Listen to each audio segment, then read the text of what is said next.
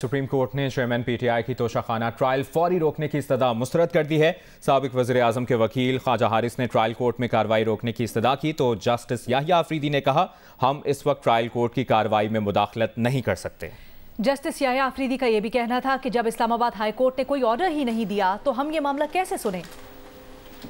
दूसरी जानिब district and sessions court Islamabad में चेयरमैन पीटीआई के खिलाफ तोशाखाना केस की समाअत हुई। केस सुनने वाले जज हुमायूं दिलावर ने चेयरमैन पीटीआई के टैक्स रिटर्न से मुतल्लिक गवाहों को पेश करने की दरखास्त मुस्तरद कर दी।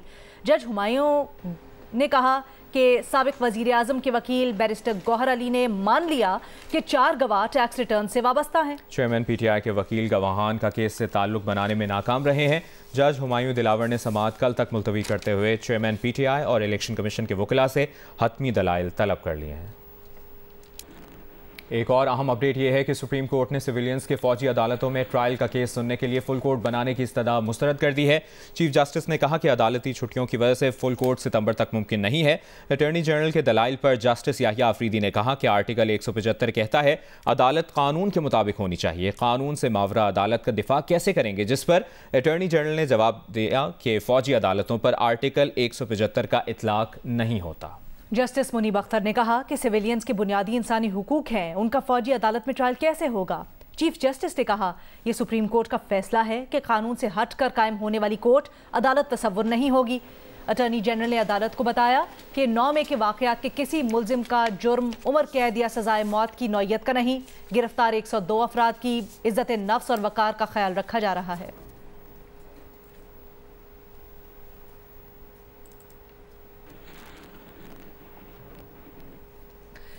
कौमी असम्बली ने पेमरा ऑर्डिनेंस तरमीमी बिल 2023 की मंजूरी दे दी। पेमरा तरमीमी बिल वजीर इत्तलात और नशरियात मरियम औरंगजेब ने पेश किया। पेमरा ऑर्डिनेंस से मुतल्लिक कायमा कमेटी की रिपोर्ट को बिल की सूरत में पेश किया गया। ब्रॉडकास्टर्स को शफाफ रेटिंग की फराहमी से मुतल्लिक तरमीम भी पेमरा तरमीमी बिल में शामिल की गई है।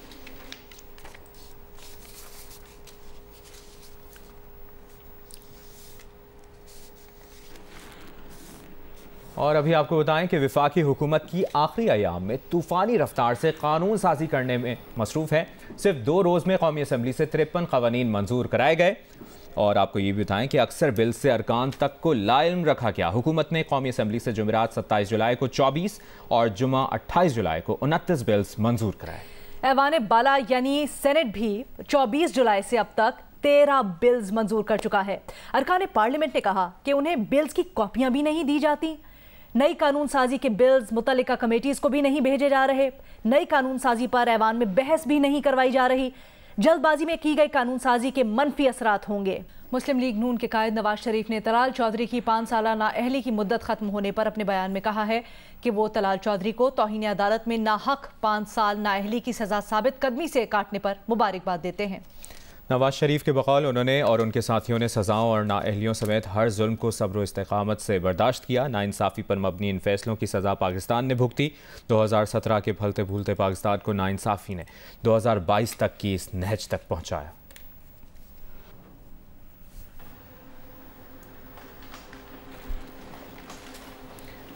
नून लीग के रहनुमा तलाल चौधरी का कहना है कि वो बेकसूर थे, नाहक सजा देकर सियासी इंतकाम लिया गया। 5 साल कौन वापस करेगा।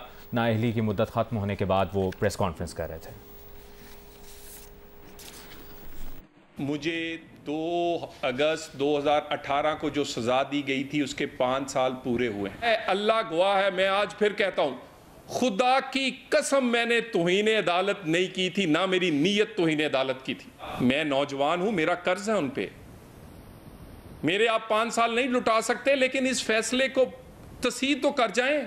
मैंने क्या गलत कहा था पीसीओ के जजेस के बारे में जिन्होंने आमरीयतों को सपोर्ट किया है? क्या क्या सुप्रीम कोर्ट ने खुद नहीं कहा।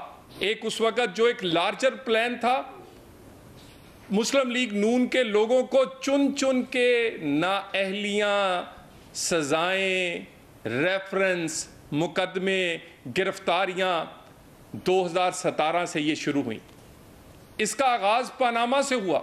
अपील सुनने से एक रात पहले मुझे मैसेज भिजवाया, मैं दोबारा कह दूं, साकिब निसार ने, कि अगर तुमने मेरी मर्जी का बयान नवाज शरीफ और मरियम नवाज के खिलाफ ना दिया तो सुबह तुम्हें सजा कम नहीं होगी बल्कि सजा बढ़ाई जाएगी। वज़ीर-ए-आज़म शहबाज शरीफ ने तुर्क नायब सदर के हमरा कराची में चौथे मिलजम क्लास जहाज PNS तारिक को समंदर में उतारने की तकरीब में शिरकत की। वज़ीर-ए-आज़म ने कहा कि खित्ते में किसी की इजारादारी कायम नहीं होने देंगे।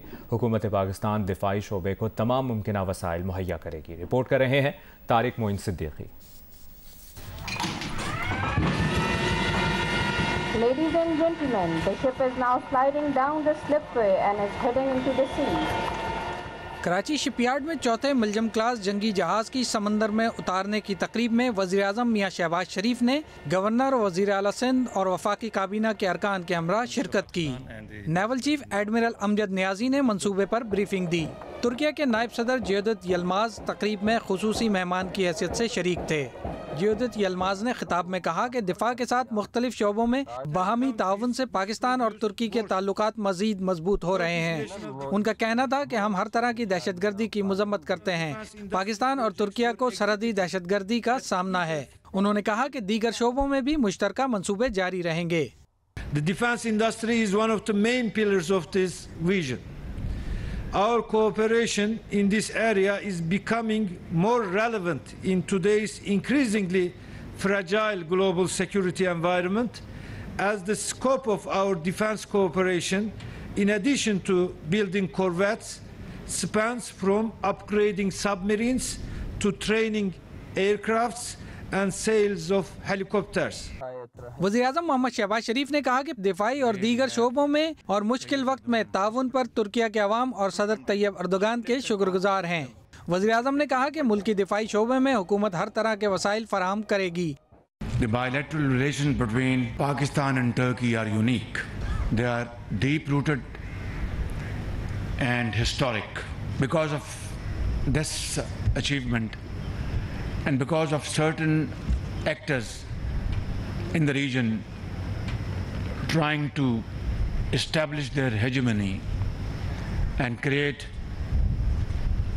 a sphere of influence, it is all the more important that we strengthen our navy and our maritime activities.